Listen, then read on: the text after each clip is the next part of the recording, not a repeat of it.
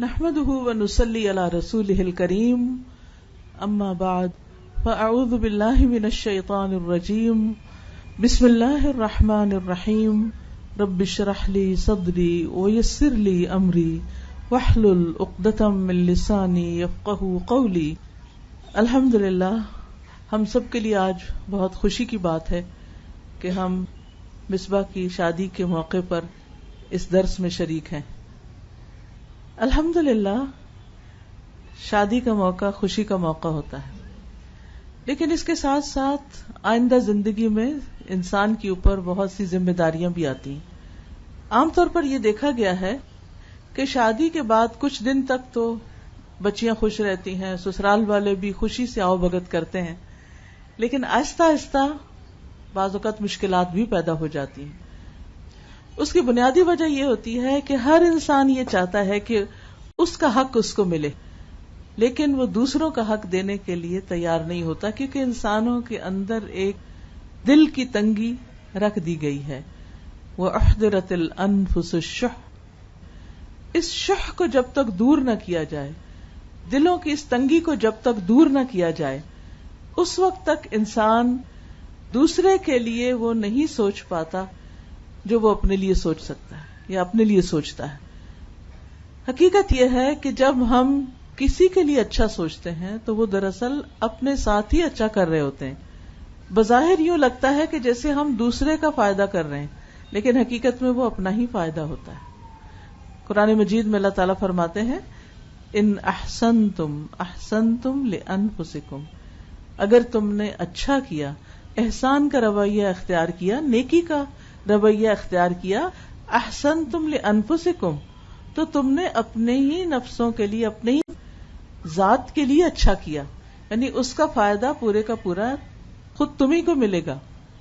اور وہ فائدہ انسان کو دنیا میں بھی ملتا ہے اور آخرت میں بھی ملتا ہے، بشرطے کہ انسان اسے خالصتاً اللہ کی رضا کے لیے کرنے والا ہو، یعنی احسان اور نیکی کو دوسروں کے ساتھ. اس میں آپ دیکھیے کہ انسان کے جہاں بھی نئے تعلقات بنتے ہیں، نئے رشتے بنتے ہیں، یعنی شادی کے موقع پر ایک نیا خاندان بنتا ہے، یعنی ایک نئے خاندان کے ساتھ واسطہ ہوتا ہے اور نئے تعلقات بنتے ہیں.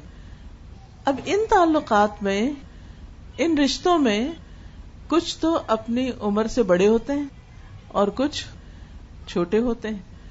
یعنی سسرال میں جب ایک لڑکی جاتی ہے تو کچھ لوگ اس سے عمر میں بڑے ہوتے ہیں، تجربے میں بڑے ہوتے ہیں، مقام میں بڑے ہوتے ہیں، رتبے میں بڑے ہوتے ہیں، تجربے میں بڑے ہوتے ہیں، اور کچھ چھوٹے ہوتے ہیں.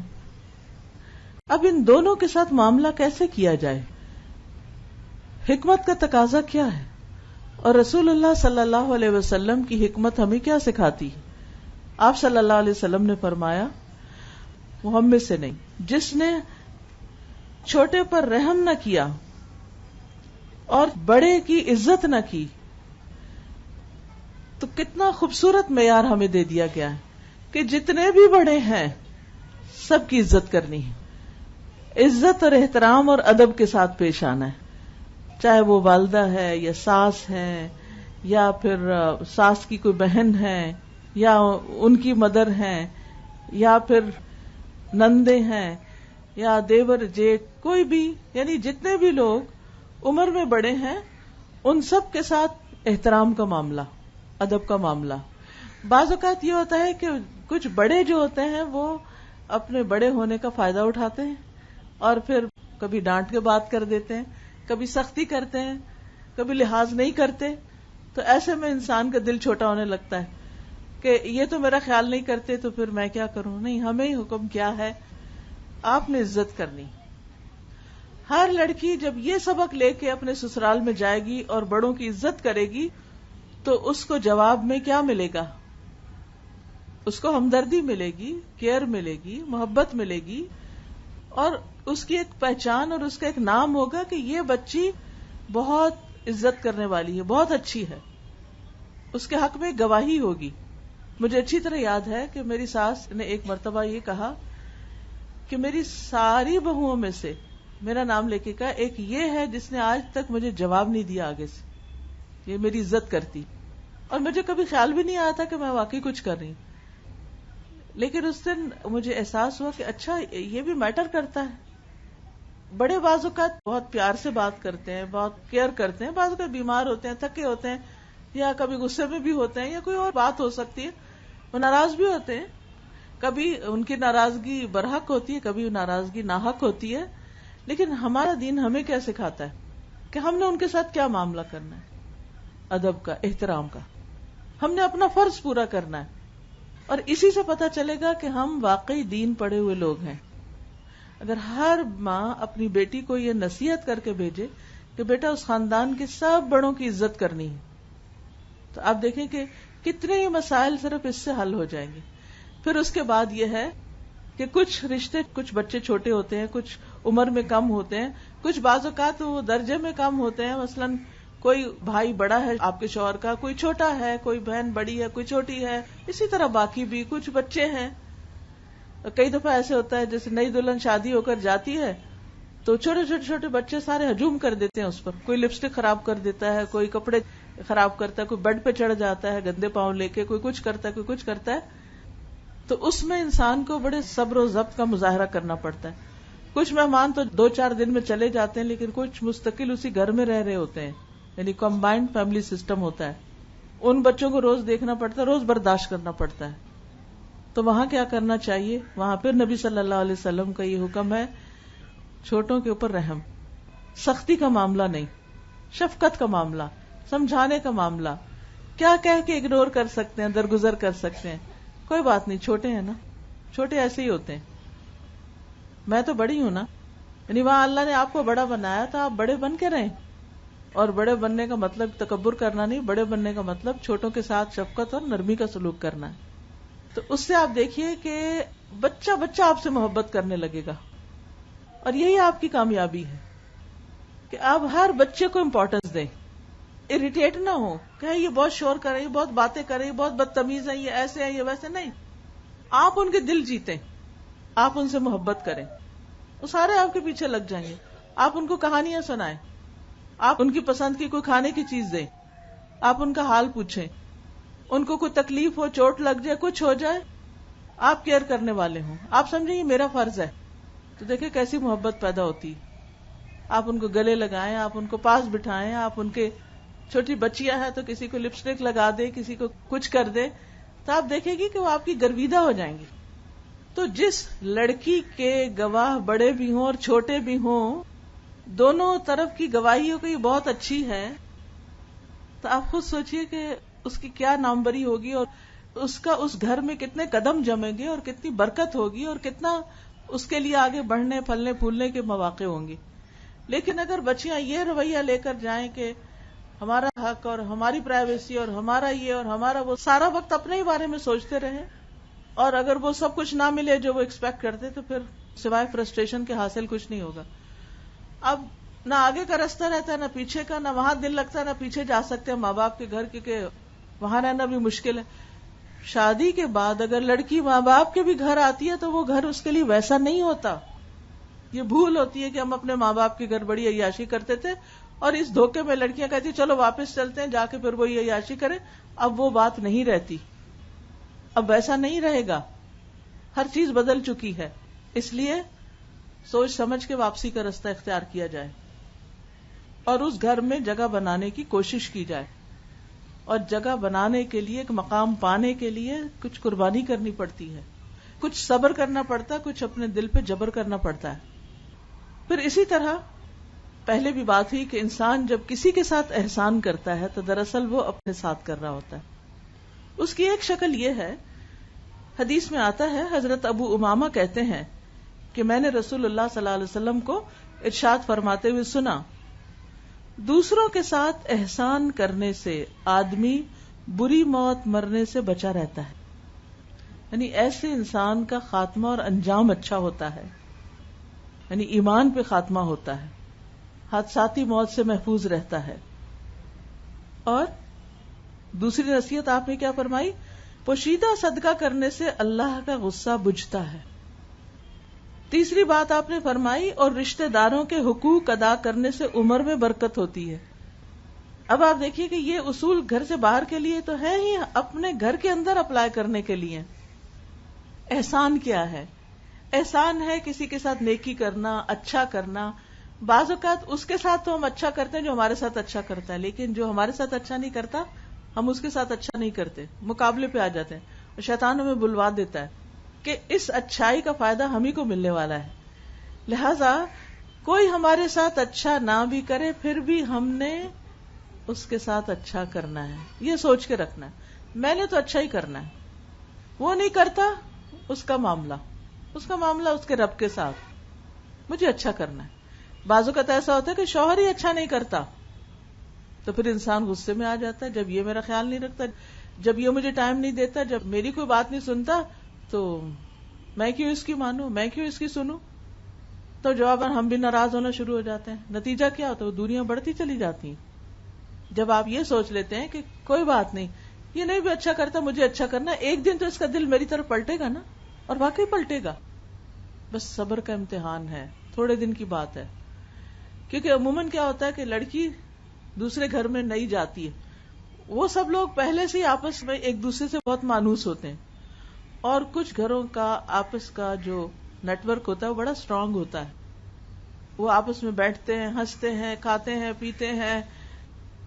اور یہ جو نئی لڑکی گئی ہوتی ہے وہ بس منہ ہی دیکھتی رہتی ہے کہ یہ کیا ہو رہا ہے، کوئی مجھے بھی توجہ دے، کوئی میری بھی بات سنے، مجھے بھی اپنا بنائے.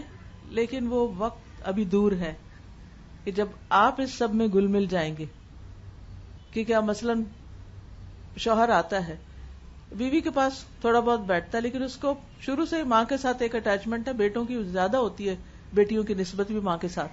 اب آتا ہے، بیٹھتا ہے، ماں کے ہاتھ کا کھانا اس کو پسند ہے، ماں کی شفقت محبت، تو لڑکی اس کو محسوس کرتی.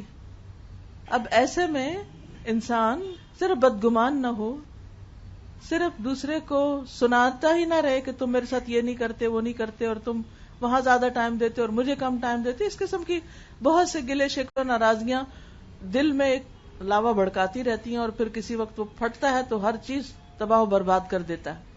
تو وہ اندر اس کو جگہ نہیں دینی چاہیے، اس آگ کو روز بجھا دینا چاہیے. شوہر بیوی کے درمیان ایسی چیزیں نہیں ہونی چاہیے کہ جو دل کے اندر لاوے کی طرح پکتی رہیں. رات سونے سے پہلے معاملات صاف کر کے سوئیں، معاف کر کے سوئیں. ہم عورتوں کی عادت یہ ہوتی ہے نا، جذباتی بھی ہوتے ہیں، سینسیٹیو بھی ہوتے ہیں، مائنڈ بھی جلدی کر لیتے ہیں، خوش بھی جلدی ہو جاتے ہیں، رو بھی جلدی پڑتے ہیں، روتے روتے ہنس بھی پڑتے ہیں. یہ ساری چیزیں چل رہی ہوتی ہیں. تو ایسی صورت میں انسان تھوڑا سا میچورٹی کا ثبوت دے، تھوڑا سا صبر اور حوصلے سے کام لے، اور حالات کے اچھا ہونے کا انتظار کرے، اور دوسرے کو بھی سپیس دے.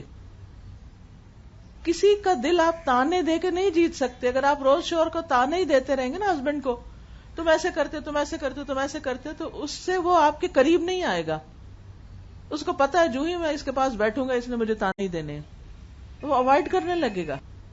تو بہتر یہ ہے کہ آپ اس کو جب آئے بلا دیں، دوسری باقی ساری بات اچھی اچھی باتیں کریں. کیونکہ اگر آپ ہر وقت بری باتیں ہی کر رہے ہیں تو پھر وہ سکون والی بات تو نہ ہوئی نا، جو اللہ نے جس مقصد کے لیے شادی کا نظام رکھا ہے، لِتَسْكُنُوا إِلَيْهَا. تو ایسے میں انسان سوچے کہ جب میں کسی کے ساتھ احسان کروں گی تو میرا انجام اچھا ہوگا، اپنی خاطر انجام اچھا ہوگا، بری موت سے بچ جاؤں گی. اور موت کیا ہے؟ زندگی کے خاتمے کا نام ہے، جس کے بعد پھر اور کوئی چانس نہیں ہمارے پاس اچھا کرنے کا. تو اس دن کے لیے، اس وقت کے لیے اچھا کریں. دوسری چیز، پوشیدہ صدقہ، چھپی نیکیاں. عموماً ایسے رشتوں میں انسان جب کسی کے ساتھ تھوڑا سا احسان کرتا ہے نا، اس کو مینشن بہت کرتا ہے.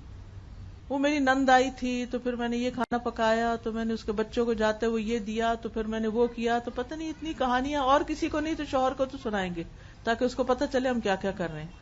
بھئی جب آپ نے اللہ کے لیے کیا اور اللہ کو راضی کر دیا تو کیا اللہ آپ کی محبت شوہر کے اور دوسروں کے دل میں نہیں ڈالے گا؟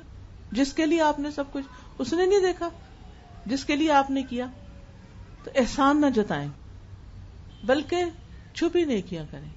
اس کو ضرورت ہے ادھر مدد کر دیں، اس کو ضرورت ہے ادھر مدد کر دیں، اس کو اچھا مشورہ دے دیں، اس کے ساتھ خیر کا سلوک کر لیں، اور اس کا ذکر نہ کریں.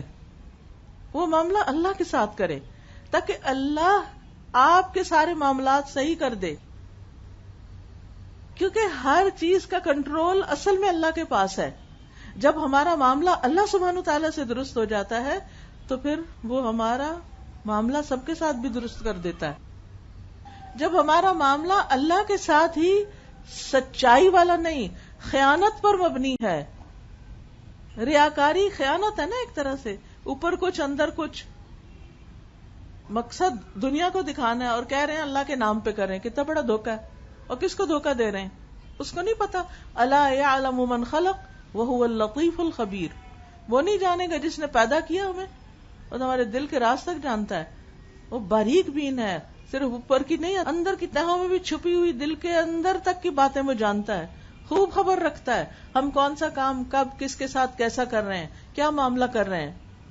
تو آپ دیکھیے پوشیدہ صدقہ صرف کسی غریب کو نہیں دیا جاتا، کسی گھر سے باہر کو نہیں، گھر والوں کے ساتھ اور سسرال والوں کے ساتھ اور ان کے ساتھ جن سے ہمیں کم خیر ملتی ہے، ان کے ساتھ احسان کا معاملہ کیا ہے کہ ان کی ضرورت پڑنے پر مدد کی جائے، اور جب مدد کی جائے تو پھر اس کا بہت ذکر نہ کیا جائے، اس احسان کو جتایا نہ جائے، خاموشی سے کیا جائے. اب دیکھیں کہ جب آپ خاموشی سے صدقہ کرتے ہیں نا، خاموش نیکیاں کرتے ہیں، اس کا ایک نور آپ کے چہرے پر آتا ہے، اس کی ایک سکینت اور ایک خوشی آپ کے چہرے پہ آتی ہے. وہ دنیا کا کوئی میک اپ آپ کے چہرے پہ نہیں سجا سکتا اس نور کو. جو اصل نیکی کر کے، اللہ کے لیے نیکی کر کے انسان کی روح کو جو سرور ملتا ہے اور اس کا عکس جب انسان کے ظاہر پر آتا ہے، چہرے پر آتا ہے، اس کی بات ہی کچھ اور ہوتی ہے. اس کی فکر کریں. تیسری بات، رشتہ داروں کے حقوق ادا کرنے سے عمر میں برکت ہوتی. اب جب آپ سب کا حق دے رہے ہیں، چاہے کوئی آپ کو دے رہا ہے یا نہیں دے رہا، اس کا فائدہ کس کو ہو رہا ہے؟ آپ کو ہو رہا ہے. کیا فائدہ ہو رہا ہے؟ آپ کی عمر میں برکت ہو رہی. برکت کے دو معنی یہاں، ایک تو کہ عمر میں اضافہ، دوسرا یہ کہ چھوٹی بھی ہے عمر تو بڑے بڑے نیکی کے کام کر لیں گے آپ، کم وقت میں بھی بہت کچھ کر لیں گے. زندگی میں برکت ہو جائے تو پھر اور کیا چاہیے. ہم میں سے اکثر لوگ شکایت کرتے ہیں کیا کریں، وقت میں برکت نہیں، دن گزر جاتا ہے پتہ ہی نہیں چلتا، کام نہیں ہوتے، کچھ ہوتا ہی نہیں، کیونکہ برکت جو نہیں.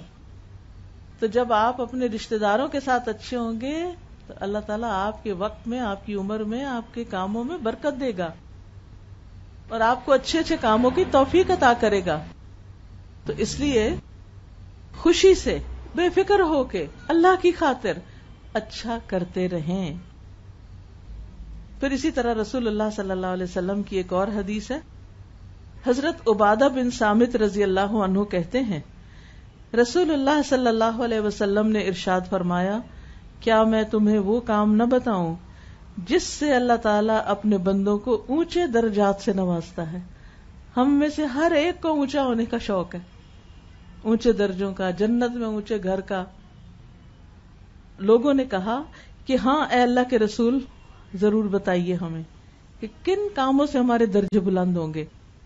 آپ نے فرمایا، جو تم سے جہالت برتے اس کے ساتھ بردباری تحمل سے پیش آؤ.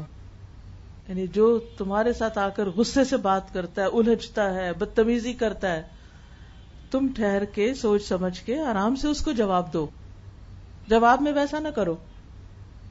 اس تواضع کا نتیجہ کیا ہوگا؟ رفعہ اللہ، ایسے شخص کا درجہ اللہ بلند کرے گا.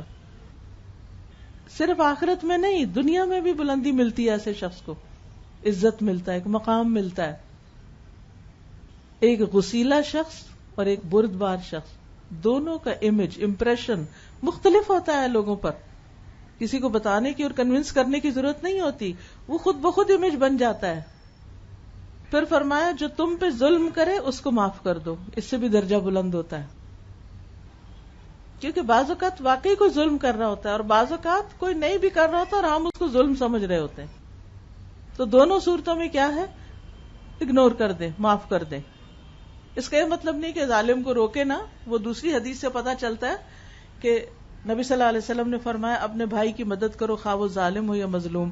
تو لوگوں نے کہا کہ مظلوم کی مدد تو سمجھ میں آتی ہے، ظالم کی کیسے کریں؟ تو آپ نے فرمایا کہ اس کو ظلم سے روک کر. تو وہ روکنا بھی ضروری ہے، لیکن اس کے ساتھ ساتھ چھوٹی موٹی زیادتیاں معاف بھی کر دینی چاہیے، کیونکہ ہم بھی تو دوسروں کے ساتھ زیادتی کر ہی جاتے ہیں. ایک اور خوبصورت اصول، ایک اور حکمت کی بات آپ نے فرمائی، جو تم کو نہ دے اس کو دو. اب سسرال میں بہت دفعہ ایسا ہوتا ہے کہ آپ دیتے ہی رہتے ہیں, آپ کو کچھ بھی نہیں ملتا, اور آپ کا دل دکھی بھی ہو جاتا ہے, کبھی غمگین بھی ہو جاتا ہے کہ سب کا حصہ ہے, میرا ہی نہیں. کبھی کھانے کے معاملے میں, کبھی کپڑے کے معاملے میں, کبھی گفٹ کے معاملے میں, کبھی کسی اور چیز کے معاملے میں آپ کے ساتھ سری زیادتی ہو رہی ہوتی ہے, اور پھر آپ کہتے ہیں اچھا اب بہت ہوگی, اب میں بھی نہیں دوں گی. جتنے سسرالی رشتے دار آتے ہیں میں ہر ایک کو دے کے بھیجتی ہوں, لیکن یہ میرے لیے کبھی کچھ نہیں لائے. اس طرح کے شکوے اور دکھ اور غم دل میں آتے ہیں, ہم انسان ہیں. ایسے میں انسان یہ سوچے کہ جو مجھے نہیں دیتا, جب میں اس کو دیتا ہوں تو وہ دینا زیادہ بڑا ثواب کا باعث ہے, درجوں کی بلندی کا باعث ہے. اور فرمایا اور جو رشتہ دار تمہارے حقوق ادا نہ کرے تم اس کے حقوق دو. یہ ہمارے دین کی تعلیم, جو تمہارا حق نہیں دیتا تم اس کو دو. آپ نے فرمایا ان سب کاموں سے آدمی کے درجے بلند ہوتے ہیں, اس کی عزت ہوتی ہے, اس کا ایک مقام ہوتا ہے. کچھ آپ کی نیکیاں ایسی ہوتی ہیں جو اس کیٹیگری سے تعلق رکھتی ہیں کہ جن کو بعض اوقات لوگ زبان سے ان کا اعتراف نہیں کرتے یا آپ کے سامنے اعتراف نہیں کرتے, لیکن آپ کے پیچھے وہ اس کو مانتے ہیں, تعریف کرتے ہیں, اس کا ذکر کرتے ہیں, اور اس بنا پر وہ عزت کرتے ہیں. اور بعض اوقات لوگ صرف جائزہ لے رہے ہوتے ہیں نا کہ اچھا ہم یہ کریں گے تو بھلے یہ دیکھیں کرتی کیا ہے, اور جب وہ دیکھتے کہ نہیں یہ تو ہر دفعہ ہی اچھا کرتی ہے, تو پھر ایک وقت آتا ہے ان کو اپنے ضمیر کی آواز سننی پڑتی ہے اور وہ ریئلائز کرتے ہیں. تو اس معاملے میں جلد بازی نہیں کرنی چاہیے. جب ہماری ہر نیکی کا صلہ دینے والا ہمارا رب موجود ہے تو پھر ہمیں کس بات کی فکر. یا تو ہمیں یقین نہ ہو کہ ہم نے نیکی کا صلہ ملنا ہے, پھر تو ہم تھوڑی دلی سے کہیں کہ مجھے جلدی یہیں سے مل جائے. لیکن جب ہمیں یقین ہے کہ یہ ملنا ہی ملنا ہے, جو بھی احسان کیا, ایک تنکے کے برابر کیا, ایک ذرے کے برابر کیا, اللہ اس کا اجر کئی گنا بڑھا دے گا. وَيُؤْتِ مِن لَّدُنْهُ أَجْرًا عَظِيمًا, اور اپنے پاس سے اجر عظیم عطا کرے گا, یہ اللہ کا وعدہ ہے. تو پھر فکر کی کیا بات ہے, مل جائے گا نا. یا تو ہوتا نا کہ کہیں آپ کو اس کا بدلہ ملنا ہی کوئی نہیں, ریوارڈ آنا ہی کوئی نہیں کہیں سے, پھر تو ٹھیک ہے کہ آپ بھی پریشان رہیں. لیکن جس شخص کو یہ یقین ہے, جس کا یہ ایمان ہے کہ میرے رب نے دیکھ لیا, میرے رب نے سن لیا, میرے رب نے لکھ لیا اور مجھے اس کا اجر مل کر رہے گا, تو پھر آپ توجہ اس پہ رکھتے کہ میں نیکی کرتا چلا جاؤں, اس پہ نہیں رکھتے کہ کون میرے ساتھ کیا کر رہا ہے. اور پھر آپ دیکھیے بعض اوقات ہمیں اس کا بدلہ اس شخص سے تو نہیں ملتا جس کے ساتھ ہم نیکی کرتے ہیں, لیکن اللہ تعالیٰ ہمارے لیے اور ایسے اتنے مددگار پیدا کر دیتا ہے کہ انسان حیران ہو جاتا ہے. شکر سے آنکھوں میں آنسو آتے ہیں کہ یار اب تو اتنا مہربان ہے, ایسے لوگوں کے دلوں کو ہمارے لیے مسخر کر دیا. یہ کون کرتا ہے؟ اللہ کرتا ہے. لیکن آپ اللہ کے لیے تو کچھ کریں, پھر دیکھیں اس کا فائدہ کس قدر آپ کو ملتا ہے. اسی طرح شادی کے بعد ایک اور چیز جس کا خیال رکھنا چاہیے وہ ہے اپنی عزت و عصمت کی حفاظت, لڑکی ہو یا لڑکا ہو. افسوس کے ساتھ یہ کہنا پڑتا ہے کہ سوشل میڈیا کے اس دور میں جہاں دنیا کے اس کونے سے اس کونے تک کسی سے بھی رابطہ کرنا کچھ مشکل نہیں, وہاں ان آسانیوں کی وجہ سے بعض اوقات لوگوں نے ان وسائل کو غلط استعمال کیا.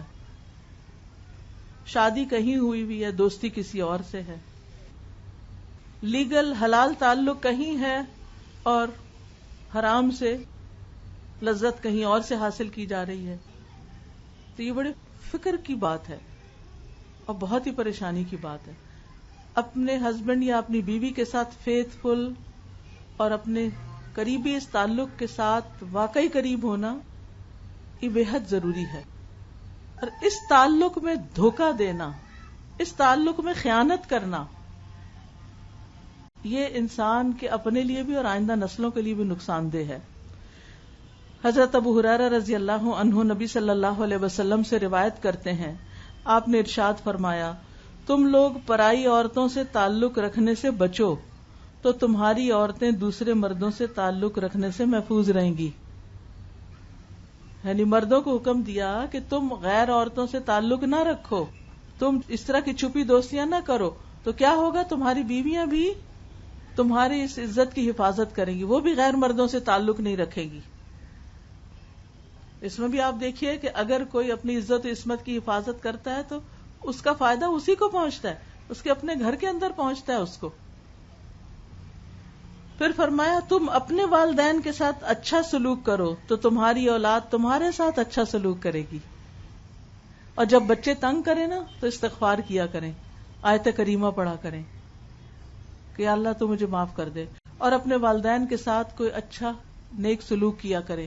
زندہ ہیں تو ان کی خدمت یا ان کے دل خوش کرنے کی کوئی بات، فوت ہو گئے تو ان کی طرف سے کچھ صدقہ کر دیا کریں کہ اللہ یہ صدقہ میں اس لیے کر رہی ہوں اپنے والد کے لیے یا والدہ کے لیے جو بھی، کہ تو اس کے بدلے میری اولاد کو میرے لیے نیک بنا دے، میرا تابعدار بنا دے، فرما بردار بنا دے، مجھے اپنی اولاد سے آنکھوں کی ٹھنڈک نصیب کر دے.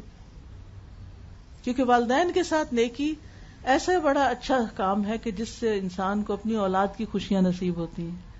آپ اپنے ماں باپ کی قدر کریں، ان کی کیئر کریں، ان کے لیے خالص جذبات رکھیں، ان کے غم، ان کے غصے، ان کے ناراضگی اور ان کی زیادتیوں کو معاف کر دیں. پھر آپ دیکھیں کہ آپ کے بچے آپ کے ساتھ کتنا اچھا سلوک کرتے ہیں، کتنے ہمدرد اور غمخوار ہوتے ہیں آپ کے لیے. اور فرمایا جس آدمی کے پاس اس کا مسلمان بھائی معافی مانگنے کے لیے آئے تو اس کی غلطی معاف کر دینی چاہیے. اگر کوئی آپ سے سوری کرے تو قبول کر لیں اور اس کا عذر قبول کر لینا چاہیے، چاہے وہ صحیح کہہ رہا ہو یا غلط کہہ رہا ہو، چاہے وہ دل سے معافی مانگ رہا ہے یا اوپر سے مانگ رہا ہے، آپ معاف کر دیں. فرمایا اگر کوئی شخص معافی نہیں دے گا تو وہ حوض کوثر پر مجھ تک نہیں پہنچ سکے گا. یعنی کوئی آپ سے معافی مانگتا ہے اور آپ معاف نہیں کرتے تو حوض کوثر پر نبی صلی اللہ علیہ وسلم کے ہاتھوں پانی نصیب نہ ہوگا. اس لیے کبھی بھی کوئی یہ کہے نا کہ مجھے معاف کر دو، کبھی ادھر لوگ حج عمرے پہ جا رہے ہوتے ہیں اور کہہ دیتے ہیں پلیز کہا سنا معاف کر دینا، تو بہت سے لوگ معاف کر دیتے، لیکن کچھ یہ کہتے ہیں کہ تمہیں تو میں کبھی معاف نہیں کروں گا، فلاں کو تو میں کبھی معاف نہیں کر سکتا. ایسا نہیں کہنا چاہیے، اپنی خاطر اس کو معاف کر دیں. ایک تو دنیا میں دل سے بوجھ اتر جائے گا اور دوسرا یہ کہ آخرت میں عزت افزائی ہوگی. پھر اسی طرح یہ ہے کہ اچھی زندگی کے لیے اپنی زندگی کے اوقات کی تقسیم کریں. کچھ حصہ ذاتی عبادت کے لیے، ذکر اذکار کے لیے، کچھ اپنی ذہنی نشو و نما کے لیے، کیونکہ بہت سی عورتیں شادی کے بعد پڑھنا لکھنا چھوڑ دیتی ہیں. یہ نہیں ہونا چاہیے. اچھی کتابیں پڑھیں، اچھی مجلسوں میں حاضر ہوں، اپنی تعلیم کا سلسلہ لازماً جاری رکھیں، ہر روز کچھ نہ کچھ نیا سیکھیں. شادی کا مطلب یہ نہیں، کیونکہ ہمارے یہاں اصل میں نا پڑھائی کو ایک بوجھ سمجھا جاتا ہے. وہ اتنی ساری سلیبس کی کتابیں ہوتی ہیں، وہ رٹنی پڑھنی پڑتی ہیں، اور جس وقت ان سب سے جان چھوٹتی ہے اور شادی کے بعد اچھے کپڑے، کھانا پینا، سیر و تفریح، دعوت، پھر انسان کہتا ہے اصل زندگی تو یہ ہے. لیکن کچھ دن کے بعد انسان اس سلسلے سے بھی اکتا جاتا ہے یا پھر وہ سلسلہ ختم ہو جاتا ہے. پھر کیا چیز ہو جس سے دل بہلائے، کیونکہ ہر وقت کہتے بور ہو رہے ہیں، یا یہ کہ دل نہیں لگتا یہاں. تو دل لگانے کے لیے کچھ اپنی ایسی ایکٹیویٹیز رکھیں کہ جس میں آپ اپنے آپ کو ٹائم دیں. تو اچھی کتابوں کا مطالعہ بے حد ضروری ہے. اپنے علم میں اضافہ کرتے رہیں، ہر روز کچھ نہ کچھ پڑھیں، کچھ نئی بات سیکھیں، دعا کریں رب زدنی علما. اللہ کا ذکر، نماز، اور اس کے علاوہ تسبیح، درود شریف، قرآن کی تلاوت وغیرہ وغیرہ. اور پھر اچھی کتابیں. بعض اوقات بچیاں شادی کے فوراً بعد پریگننٹ ہو جاتی ہیں اور بیمار پڑ جاتی ہیں، سمجھ نہیں آتی کریں کیا.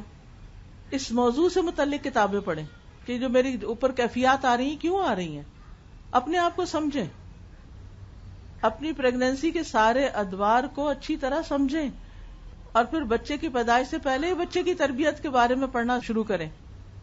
پھر اس کے بعد یہ ہے کہ اپنی فزیکل ایکٹیویٹی کے لیے، ایکسرسائز یا صحت کے لیے کچھ کریں. پھر گھر والوں کے، خاندان والوں کے حقوق ادا کرنے کے لیے کچھ وقت رکھیں. یعنی کہ سارا دن کو ایک بات فکر سر پہ سوار کر لی اور پھر اس میں سوچ کے پریشان ہو کے اور رو دھو کے پھر کچھ بد دلی سے کچھ کام کر کے پھر موڈ آف کر کے دن گزار لیا یا رات گزار لی. یہ نہیں طریقہ جینے کا. کسی کے اوپر بہت زیادہ ڈیپینڈ نہ کریں، خصوصاً ایموشنلی کسی پہ ڈیپینڈ نہ کریں کہ وہ خوش ہے تو آپ خوش ہیں. خود بھی خوش ہونا سیکھیں، اپنے آپ میں ایسی چیزیں کریں کہ آپ خوش ہو سکیں. اپنی خوشی کسی کے ہاتھ میں نہ دیں. کیونکہ ہوتا ہی ہے کہ شادی کے بعد عورتیں اپنے شوہر کو ہر چیز سمجھ لیتی ہیں، ہر بات انہی سے شیئر کرنا چاہتی ہیں، ہر خوشی غم ہر چیز. ٹھیک ہے، اللہ نے بڑا قریبی رشتہ بنایا، مگر وہ بھی انسان ہے، اس کو بھی اسپیس چاہیے. وہ خوش ہے تو وہ خوش ہے، وہ غمگین ہے تو غمگین ہے، وہ ناراض ہے تو ناراض ہے. نہیں، اپنے رویوں کو دوسروں کے رویے کے تابع نہ کریں، اپنے لیے کچھ اصول مقرر کریں، اپنی زندگی کی باغ دوڑ اپنے ہاتھ میں رکھیں، دوسروں کو نہیں دے دیں کہ اچھا تم مجھے چلاؤ، کسی اور کو ریموٹ کنٹرول نہیں دیں کہ وہ آپ دور بیٹھ کے آپ کو کنٹرول کرے. آپ کو پتا ہونا چاہیے کہ کون سی چیز غمگین ہونے کی ہے، کون سی چیز خوش ہونے کی ہے، اور پھر اس کے ذریعے آپ اپنے غم دور کریں اور اپنی خوشیوں کو مینٹین کریں. تو خوش ہونا سیکھیے، غم نہ کیجیے، شیطان کو راہیں نہ دیجیے، بہت زیادہ حد سے بڑی جذباتیت کا مظاہرہ نہ کیجیے. تو اس کے لیے کیا ہے؟ اللہ کا ذکر، دوسروں کے ساتھ بھلائی، ان کو تعلیم دینا، ان کو نیکی کی تلقین کرنا، گناہوں سے روکنا، لوگوں کی مشکلات آسان کرنا. پھر اسی طرح مثلاً اگر کوئی نابینا ہے اس کو راہ دکھائیں، کوئی بہرا ہے اس کو اونچا بول کے سنائیں. دیکھیے کہاں کس کو، کوئی چھوٹا بچہ ہے، کوئی بیمار ہے، کوئی بزرگ ہے، ہر ایک کی ضرورت اس کے مطابق پوری کرتے رہیں. ضروری نہیں کہ ایک ہی طرف ساری توجہ کر لیں، نہیں، تھوڑا تھوڑا تھوڑا تھوڑا سب طرف توجہ رکھیں. تو یہ سب کچھ انسان کے حق میں صدقہ لکھا جاتا ہے. مصیبت زدہ کی مدد، فریادی کی فریاد سننا، وغیرہ وغیرہ. پھر اسی طرح خوشحال زندگی کا راز ایک اور بھی ہے. نبی صلی اللہ علیہ وسلم نے فرمایا، ابو ذر غفاری کہتے ہیں آپ نے مجھے وصیت کی. کیا فرمایا؟ مجھے وصیت فرمائی کہ وہ لوگ جو مال اور جاہ میں مجھ سے اونچے ہیں ان کی طرف نہ دیکھوں، بلکہ ان لوگوں کو دیکھوں جو مجھ سے کمتر ہیں، تاکہ میرے دل میں شکر پیدا ہو.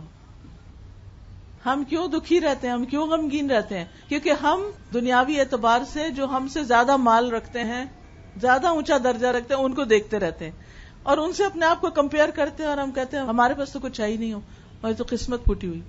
شادی کے بعد بھی آپ دیکھیں، ہو سکتا ہے ایک دیور آپ کا آپ سے زندگی کے مختلف، یعنی کسی جاب کے اعتبار سے بہت بڑے درجے پہ ہو، بزنس میں بہت آگے ہو، اس کا گھر بہت اچھا ہو، اس کی گاڑی بہت اچھی ہو، لیکن آپ کا اس کے مقابلے میں وہ سب کچھ ویسا نہ ہو. تو اس پہ دکھی نہ ہو، غمگین نہ ہو، بس کیا کہیں، میرا رزق، یہ میرا رزق تھا، اللہ نے مجھے یہی دیا، اللہ کی تقدیر پہ راضی رہیں. اور کچھ لوگ آپ سے کم ہوں گے تو جب خیال آنے لگے اپنے سے نیچے والے کو دیکھنے کہ شکر ہے میرے پاس اس سے تو بہتر ہے، تو آپ کا غم دور ہو جائے گا. اصل میں ہم اپنے ہی ہاتھوں کی کمائی سے اپنے آپ کو دکھی اور غمگین رکھتے ہیں، ورنہ سوچ کا انداز بدل جائے تو دکھ بھی دور ہو جائیں. پھر فرمایا مجھے وصیت کی کہ مسکینوں سے محبت کروں اور ان کے پاس جاؤں. مسکینوں سے محبت، اب گھر سے باہر کے مسکینوں کا تو نہیں پتا، لیکن گھر میں جو سروینٹس، میڈز وغیرہ ہوتے ہیں وہ مسکین کی کیٹیگری میں آتے ہیں. ان کے ساتھ حسن سلوک، ان کے ساتھ بیٹھنا، ان کو کبھی کھانے میں شریک کرنا، ان کی غم کی داستانیں سن لینا، ان کو اچھا مشورہ دے دینا. تو یہ طریقہ جو ہے انسان کے اپنی تسکین کے لیے بھی بہت ضروری ہے، مسکینوں کی محبت. لیکن افسوس یہ کہ ہم ظاہریت سے متاثر ہو کے صرف امیروں سے محبت کرتے ہیں، مسکینوں سے محبت نہیں کرتے. علامہ اقبال کی وہ نظم جو بچپن میں شاید سب نے اسکولوں میں سنی ہوگی، میرا کام غریبوں کی حمایت کرنا، درد مندوں سے، ضعیفوں سے محبت کرنا. یہ ہم بھول چکے ہیں یہ سبق. اس سبق کو یاد کریں. یہ مسلمان ایسا ہی ہوتا ہے. بعض اوقات ایسے مسکین یہ بھی ہوتے ہیں کہ گھر میں کوئی خالہ رشتے کی جس کا کوئی بچہ نہیں تھا، شادی نہیں ہوئی، وہ بوڑھی ہو گئی، وہ آ کے رہ رہی ہیں. اب ان کی زندگی میں کوئی ایسی خوشی نہیں.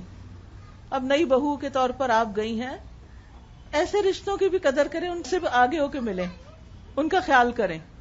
آپ یہ نہ کہیں مجھ پر تو کوئی فرض نہیں ہے ان کی خدمت. ہر چیز فرض ہی کے درجے میں نہیں کی جاتی. احسان جو ہوتا ہے وہ صرف فرض نبھانا نہیں ہوتا. تو اس لیے ان کے ساتھ بھی اچھا سلوک.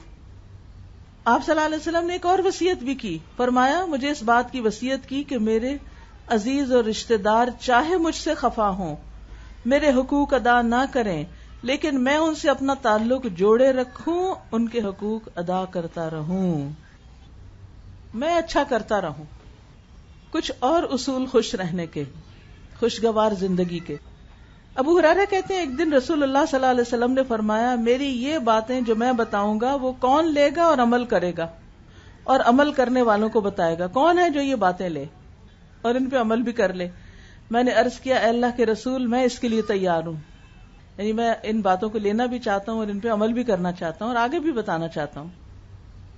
فرمایا، اللہ کی نافرمانی سے بچو، تم سب سے بڑے عابد بن جاؤ گے، عبادت گزار بن جاؤ گے. ہم عبادت گزار کس کو کہتے ہیں؟ جو زیادہ نمازیں پڑھے.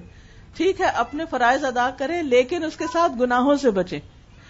دوسری چیز، جتنی روزی اللہ نے تمہارے لیے مقدر کر دی ہے اس پہ راضی اور مطمئن رہو. تم سب سے زیادہ غنی انسان بن جاؤ گے. یعنی اللہ نے جو رزق تمہارے مقدر لکھا، جو مقام درجہ رکھا، اس پہ خوش رہو، ناراض نہ ہو اللہ سے. یعنی تقدیر پہ راضی رہو، اللہ کی رضا پہ راضی رہو. تیسری بات، اپنے پڑوسی کے ساتھ اچھا سلوک کرو. ایک اچھی نئی دلہن جو ہے وہ کسی نئے خاندان میں جانے کے بعد ان سے حسن سلوک کے بعد اپنے آس پاس کے اڑوس پڑوس کا بھی خیال رکھتی ہے. چوتھی بات، جو کچھ تم اپنے لیے پسند کرو وہی دوسروں کے لیے بھی پسند کرو تو تم مسلم ہوگے. مسلمان ایسا ہی ہوتا ہے کہ جو چیز اپنے لیے پسند ہوتی ہے ویسی ہی دوسرے کے لیے بھی ہوتی ہے. پانچویں بات، زیادہ نہ ہنسو، اس لیے کہ زیادہ ہنسنے سے آدمی کا دل مردہ ہو جاتا ہے. تو انشاءاللہ جو شخص ان باتوں پر عمل کرے گا، اور خاص طور پر شادی کے بعد جو ان نصیحتوں پر بچی عمل کرے گی، وہ ہو نہیں سکتا کہ خوشگوار زندگی نہ بسر کرے، کیونکہ یہ باتیں پیارے رسول کی فرمائی ہوئی ہیں جن پہ چل کر انسان زندگی میں کامیاب ہو سکتا ہے. اللہ تعالی ہم سب کو عمل کی توفیق عطا فرمائے. وآخر دعوانا ان الحمد للہ رب العالمین. کوئی اور کچھ کہنا چاہے، کوئی نصیحت کرنا چاہے، کوئی بتانا چاہے، کوئی شیئر کرنا چاہے؟ میری شادی کو تقریباً 20 سال ہوئے ہیں، اور 20 سال میں بہت ساری اونچ نیچ ہوتی ہے، دیکھتے ہیں، سب کچھ کرتے ہیں. اور اللہ سبحانہ وتعالیٰ نے مجھے 2 سال کے بعد ہی میں نے قرآن پڑھا اور یہ تعلیم حاصل کی تھی. اس کے بعد الحمدللہ کام بھی شروع کیا. لیکن جو میرا سسرال تھا وہ اس ٹائپ کے نہیں تھے، کیونکہ میں نقاب کرتی تھی میٹرک کے بعد سے، لیکن وہ اس طرح کے نہیں تھے. تو بعض دفعہ آپ کو کچھ ایسے لوگوں سے واسطہ پڑ جاتا ہے، یہ ضروری نہیں ہوتا کہ دین والے یا دنیا والے کا فرق ہوتا ہے، مزاجوں کا بھی فرق ہوتا ہے، کچھ تھوڑا سا آپ کی تربیت کا فرق ہوتا ہے. تو اس میں بھی جب گزارا کرنا پڑتا ہے تو اس وقت آپ کو پتہ چلتا ہے کہ بیسیکلی آپ کی تربیت ہے کیا. تربیت اس چیز کا نام نہیں ہوتا جو ہم بس لے لیتے ہیں اور بس ہم سمجھتے ہیں کہ ہمیں ہو گیا. وہ چیلنج کے بعد پتہ چلتا ہے کہ ہم کیا نکلے، کیا ثابت ہوئے. تو مجھے اپنی زندگی سے یہ تجربہ ہوا کہ لوگوں کو مارجن دینا. اس وقت میں نے کورس تو 99 میں کیا تھا، لیکن چیلنج سامنے 97 میں ہی آ گیا تھا. تو اس وقت مجھے جو ایک بات لگتی تھی، کیونکہ ان کو لگتا تھا کہ میں پردہ نہ کروں، کیونکہ ان کو تھا کہ مجھے عادت نہیں ہے یہ دیکھنے کی اس طرح. تو مجھے بڑا ہی میں پرسکون رہتی تھی اس معاملے میں، کیونکہ مجھے اندر سے یہ ہوتی رہتی تھی، آواز آتی رہتی تھی کہ کوئی بات نہیں، ان کو پتہ نہیں ہے اور کوئی مسئلہ نہیں ہے، ان کو پتہ نہیں ہے. اور کیوں پتہ نہیں ہے؟ کیونکہ ان کی ظاہری بات ہے گھر میں کوئی نہیں کرتا، کزنس نہیں کرتی، بہنیں نہیں کرتی. تو ایسے شخص کو کیسے پتہ ہو سکتی ہے ایک بات جو اگر مجھے یہ کہہ رہے ہیں تو یہ بالکل صحیح کہہ رہے ہیں اپنے حساب سے. تو لوگوں کو سمجھنا جو ہے پہلے کہ وہ کس پوائنٹ آف ویو سے وہ بات کہہ رہے ہیں، تو یہ بہت امپورٹنٹ ہوتا ہے کسی کے ساتھ اچھا گزارا کرنے کے لیے. کیونکہ اگر ہم یہ دیکھیں کہ اچھا ہم بہت نیکی کا کام کرتے ہیں، ہم تو بڑے پردے دار ہیں اور ہم تو بہت ہی اچھے نیک لوگ ہیں، اور یہ کیسے برے لوگ ہیں کہ جو ہمیں کرنے سے روک رہے ہیں، تو یہ چیز اس سے نہیں بنتی.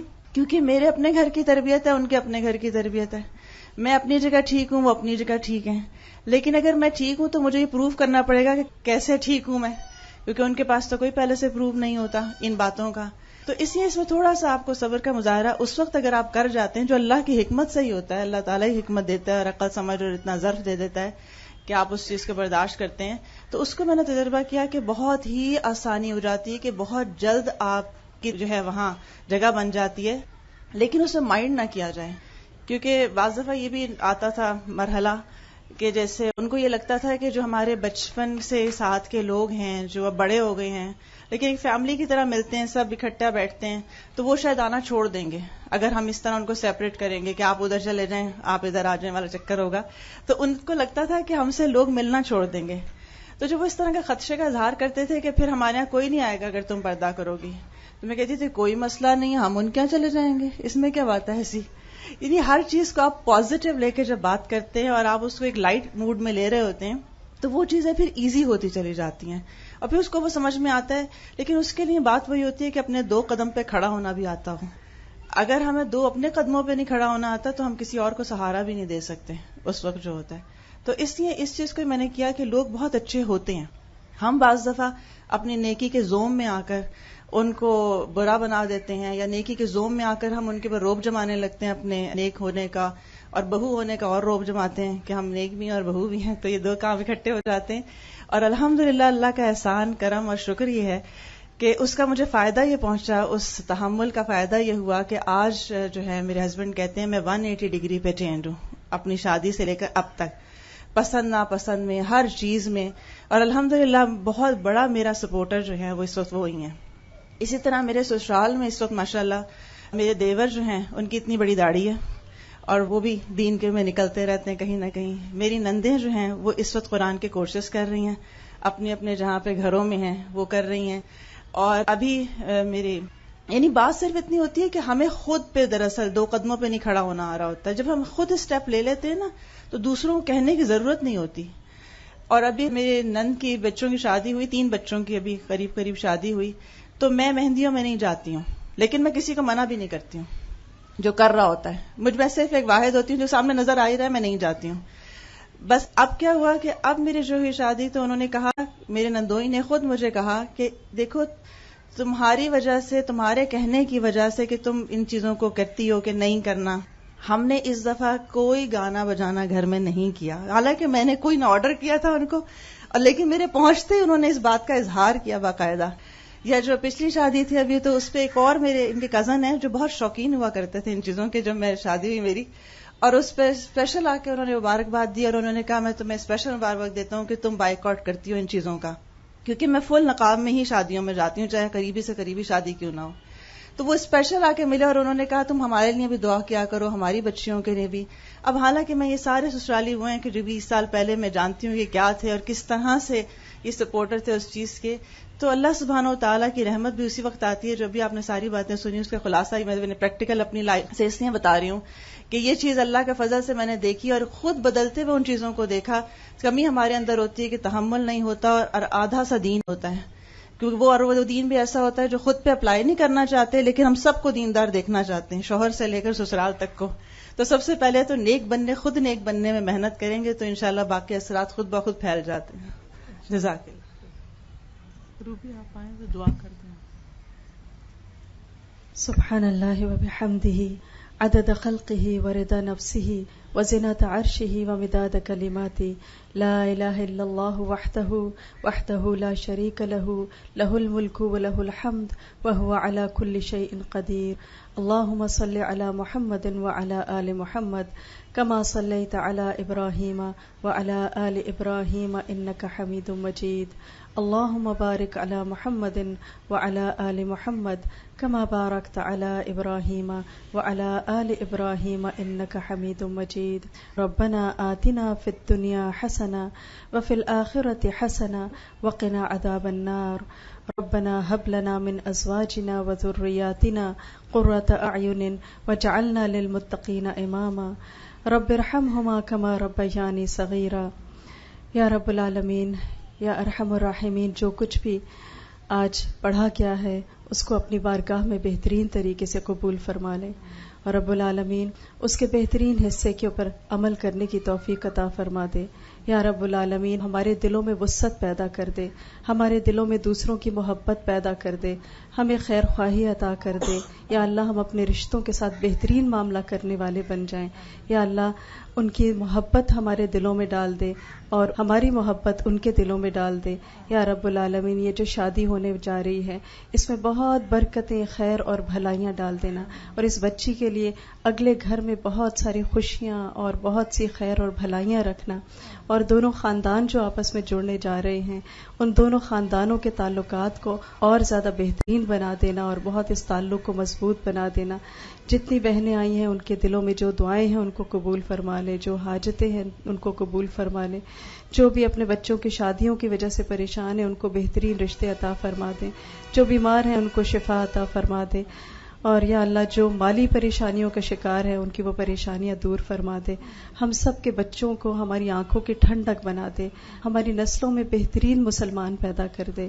یا اللہ بہترین عمل کرنے والے مضبوط ایمان والے مسلمان پیدا کر دے اور ہم سب سے راضی ہو جا. ربنا تقبل منا انک انت السمیع العلیم وتب علینا انک انت التواب الرحیم. الہی آمین. سبحانک اللہم وبحمدک اشہد ان لا الہ الا انت استغفرک واتوب الیک. السلام علیکم.